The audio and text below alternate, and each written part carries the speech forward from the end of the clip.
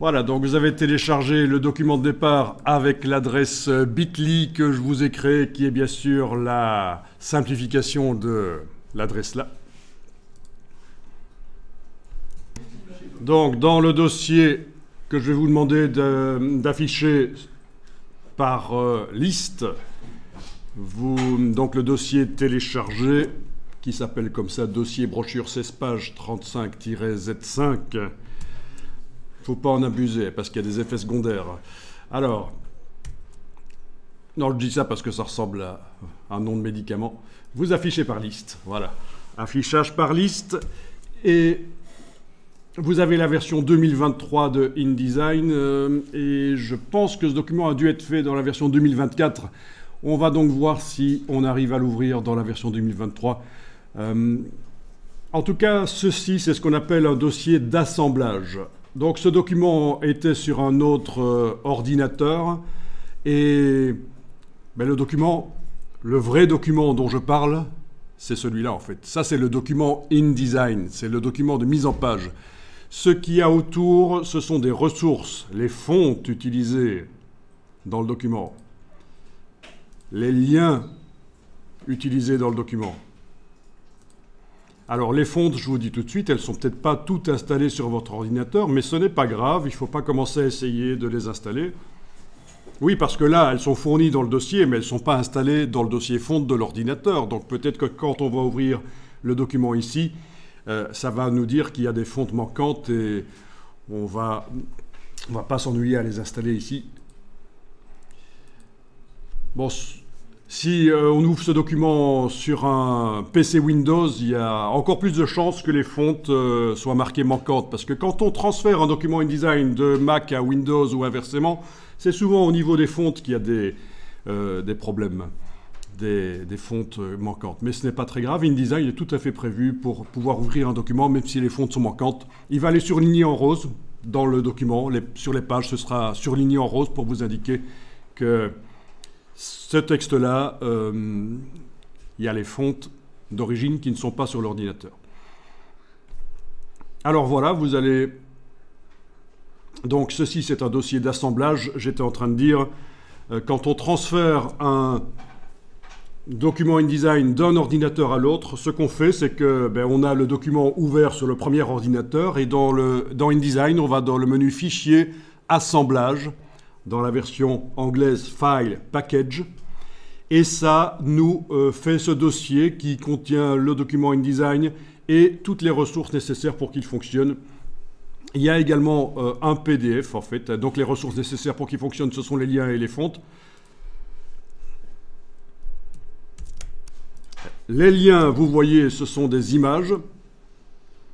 Ce sont des images, ici, Photoshop ou JPEG, des PSD ou des JPEG. Ça pourrait être aussi, si le document a été fait par quelqu'un qui connaît bien InDesign, il peut avoir comme ressource externe au document, pas seulement des images pixels, mais bien sûr, évidemment, des vectoriels, mais ça c'est... Mais il n'y en a pas ici, hein. Ça pourrait être du .ai, du Adobe Illustrator, mais également des fichiers Excel ou des fichiers Word. Ça peut être des ressources externes, parce qu'on peut... Par exemple, si je fais des beaux tableaux dans... Des tableaux de données, hein, je ne parle pas de faire du Magritte, hein, des tableaux de données dans InDesign, je peux lier le tableau à un fichier Excel. Si je modifie le fichier Excel, le tableau se modifie dans InDesign. Voilà pourquoi on peut avoir parfois, parmi les ressources du document, des tableaux Excel. Même chose pour les documents Word. Un rédacteur peut avoir rédigé le texte d'un Word. Je l'ai importé en tant que ressource externe. Si le document Word est modifié, ça se répercute dans InDesign. Voilà. Ok, donc on va tester ici l'ouverture de ce document. Vous le prenez, vous tentez de l'ouvrir dans la version 2023. Moi, je l'ouvre dans la 2024 et on va voir ce qui va se passer chez vous. Vous me dites. Ok, donc je vais le fermer ici. Et qu'est-ce que nous avons d'autre dans le dossier? En fait, oui, puisque quand vous essayez de l'ouvrir dans la version 2023, ça vous dit qu'il y a un petit problème. Et ça vous propose de faire la mise à jour vers InDesign 2024 ou d'adapter le document. Essayez. Quel est le bouton qui apparaît dans le message? Mettre à jour quoi à convertir le fichier. Ça, c'est autre chose que mettre à jour vers InDesign 2024. Convertir le fichier, ça veut dire qu'il va transformer le fichier. Bon, fermez-le pour l'instant et on va tenter autre chose, puisque dans le document de départ ici, il y a un PDF qui est censé, qui est là, en fait, pour vous montrer. Oui, on imagine, hein, on archive, parce que, oui, en effet, les dossiers d'assemblage, comme je vous ai dit, file, package, fichier, assemblage, c'est fait quand on veut transférer un document InDesign d'un ordinateur à l'autre, mais également pour l'archiver. Alors imaginez, ceci est dans une archive, mais on n'a pas le InDesign, la personne qui s'occupe des archives n'a pas le logiciel InDesign. Il veut quand même voir qu'est-ce que c'est ce document. Il a le PDF qui a été généré là. Voilà. Donc vous pouvez éventuellement ouvrir le PDF pour voir. Ça, le PDF, il n'y aura pas de problème. C'est ouvrable dans tout logiciel de lecture PDF. Voyons un peu ça. Donc, on zoome en arrière. J'imagine que là, ça ne pose pas de problème pour ouvrir le PDF. Donc, vous voyez le PDF, en quoi il consiste. Donc, nous avons des horribles bestioles. Donc, vous voyez, on a du InDesign, mais... Donc voilà, le PDF n'est là que vraiment pour montrer à quelqu'un qui n'aurait pas le logiciel InDesign qu'est-ce qui est dans le dossier d'assemblage. Là, on peut fermer le PDF. Et alors, vous avez donc le document InDesign qui a été fait, c'est pas inscrit, c'est dommage, mais ça a été fait dans la version 2024 de InDesign. Et le dossier d'assemblage, automatiquement, a fait un autre fichier qui s'appelle le IDML et qui, lui, justement, est prévu pour ouvrir le document dans d'anciennes versions de InDesign. Alors c'est à éviter parce qu'il y a des risques qu'il y ait des choses qui bougent, mais vous pouvez quand même tenter dans votre version 2023 d'ouvrir le IDML.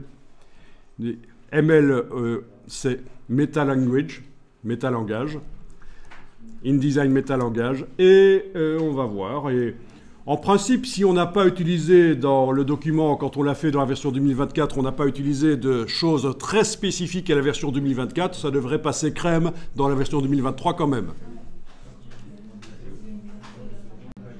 Sinon, vous me confirmez, vous avez converti, ça vous a proposé de convertir, certainement une conversion en ligne en fait, il a fait appel au cloud. Si vous avez ouvert le document 2024, c'est-à-dire donc celui-ci, spécifiquement pour 2024, il vous a proposé de convertir en ligne et vous me dites que ça fonctionne tout aussi bien, ça marche. En fait, il vous a fait un IDML en ligne. Mais le IDML était déjà proposé dans le dossier, donc les deux sont bons. Vous ouvrez directement le IDML dans la version 2023 ou vous ouvrez ceci et vous faites la conversion en ligne comme il vous le propose.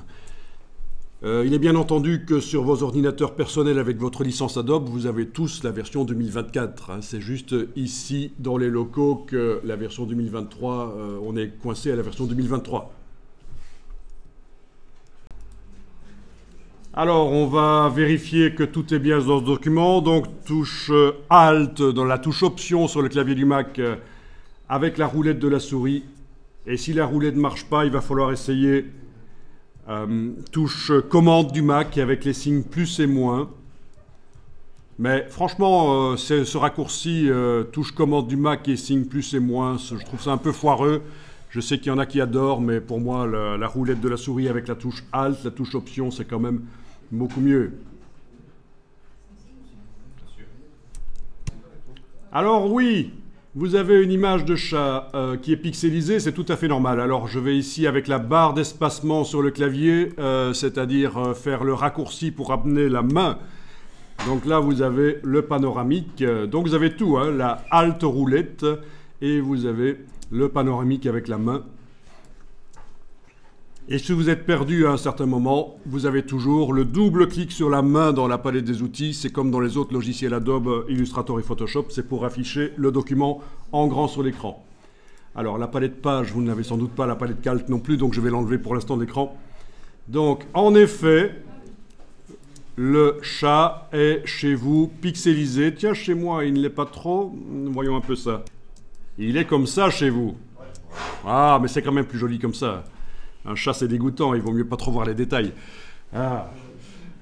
Donc, ce qui se passe en réalité, mais en fait, toutes les images, si vous voyez le gros chat ici, si vous le voyez pixelisé, sachez que toutes les autres aussi sont pixelisées, mais ça se voit moins parce qu'elles sont moins grandes, mais sinon elles sont normalement toutes pixelisées. Vous aurez le même problème partout. Alors pourquoi? Eh bien, Adobe considère que vous n'avez peut-être pas un ordinateur extrêmement puissant qui est capable de faire des magazines, beaucoup de pages avec beaucoup de textes, des effets spéciaux, des images qui sont parfois détourées, des images qui parfois habillent le texte, c'est-à-dire elles repoussent le texte.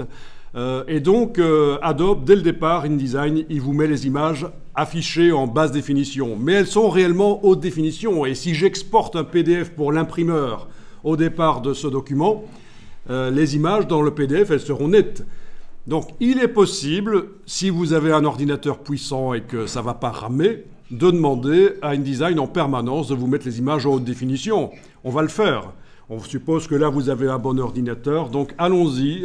Puisque vous en parlez, je ne comptais pas en parler tout de suite, mais puisque vous en parlez, allons dans le menu Affichage, Performance d'affichage. Et là-dedans, vous allez demander l'affichage de qualité supérieure. Et là, tout de suite, The cat is better. Alors, vous avez peut-être des colonnes de couleur bleue qui passent à travers toutes les pages. Ce sont des colonnes guides pour nous aider à faire une mise en page par grille modulaire. L'idée, c'est que d'une page à l'autre, dans un document ludique, donc on parle d'un magazine ou quelque chose de sympa, on ne parle pas d'un rapport d'activité d'entreprise, eh bien, d'une page à l'autre, il faut des choses différentes. Il faut que des éléments placés différemment. Mais en même temps, il ne faut pas que ce soit placé n'importe comment. Et donc, on s'aide d'une grille. Et là, par exemple, sur les pages 2 et 3, vous voyez qu'on a du texte en 2 colonnes. Le fond jaune, c'est fait exprès, c'est pour voir bien les colonnes. Mais bien sûr, après, le fond jaune, derrière le texte disparaît. Donc, on a du texte en 2 colonnes sur la gauche de la page 3, ici également. Et vous voyez que les images, elles font la largeur de 2 colonnes de texte. Donc il y a de la cohérence, on sentira qu'il y a une structure. Quand on verra le document imprimé, on sentira une structure derrière ça. Mais voilà. Alors, les pages suivantes, ce sont juste des pages démo. Les pages 4 et 5... Page 7, vous avez le même principe. Vous voyez, c'est différent de la page qu'on a vue précédemment, la 3. Hein. Au niveau de la mise en page, c'est différent. Mais malgré tout, ça se cale sur la grille. Donc, on a 2 petites colonnes de texte. Une image qui fait la largeur de 2 colonnes. L'image sur la droite est grande. Bien sûr, il va falloir replacer l'élément. C'est foireux, hein. C'est juste un point de départ. On va replacer l'élément pour que le chat soit visible correctement. Mais donc, et puis vous avez une légende d'image qui pour l'instant est du faux texte, c'est du lorem ipsum. Vous avez ça sur une colonne. Donc vous voyez les légendes d'images qui expliquent quel est le photographe, d'où ça vient, je veux dire quel est l'endroit où ça a été pris, qu'est-ce que ça montre, la légende quoi. Mais pour l'instant, c'est une fausse légende dans lorem ipsum, mais enfin, le principe est là. Alors, on va un peu regarder comment ça marche. Première chose qu'on va faire quand même ici, c'est qu'on va enregistrer le document. Allez-y, fichier enregistré sous. Et on va changer le nom ici. Je vais indiquer que c'est la 36, voilà, numéro 36.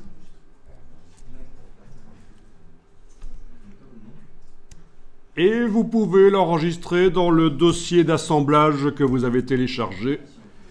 Alors, bien sûr, vous n'avez pas mis le dossier d'assemblage sur une clé USB. Attention, ne jamais travailler en direct du logiciel vers une clé USB. C'est foireux. Le logiciel ne voit pas toutes les ressources. Il n'y a pas de vérification d'écriture quand on écrit du logiciel vers la clé USB. Ça risque de foirer. Donc, un disque dur externe, OK. Disque dur interne, bien sûr, OK. Mais jamais sur une clé USB. Donc vous avez votre dossier qui est là, vous pouvez enregistrer la version donc 36 à côté du reste, voilà, à côté des autres, c'est bien. Voilà. Et je suis dans la version 2024, vous avez 2023 qui est indiqué. Mais... Vous ne supprimez pas les autres. Non, mais je veux dire, le Z536... Alors, à votre avis, les autres, est-ce qu'on supprime le Z5 après le 36 ou est-ce qu'on le laisse? Oh. On le supprime, ça se voit.